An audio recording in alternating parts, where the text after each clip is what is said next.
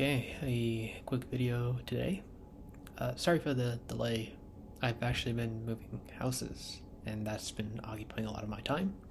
And I actually had a lesson I learned from this entire experience. I've been quite involved with the entire experience, and I learned a lot. I never really realized all the different intricacies and logistics behind moving houses, all the different people you have to deal with, and I just wanted to share like something I really found useful in the entire process, and it's the idea of just asking lots and lots of questions.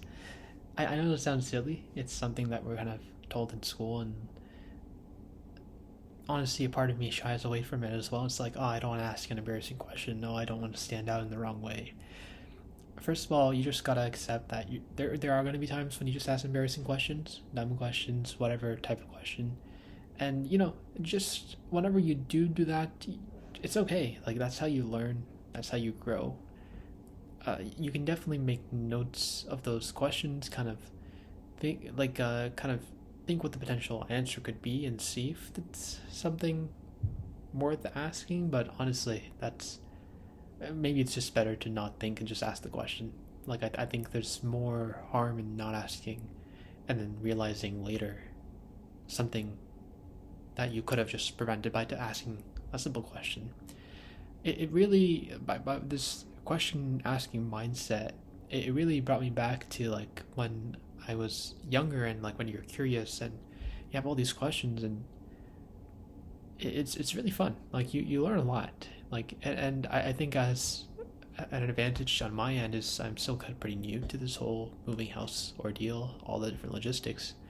Kind of asking dumb questions is kind of forgiven for me because I guess I'm not really on that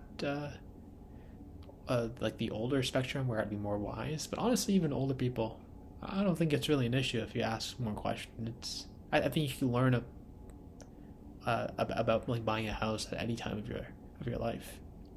But just some thoughts that are coming into my head and that I'd share. But asking questions, being curious, it really did help a lot in this entire process. It gave me a pretty good understanding of actually there's probably still details I don't know, and definitely like I can't replicate the work of a real estate agent. I can't replicate the work of a builder or a lawyer, right? I can't do that, but I just have a bit more knowledge, a bit more context in terms of how this entire ordeal goes. And I made a lot of notes.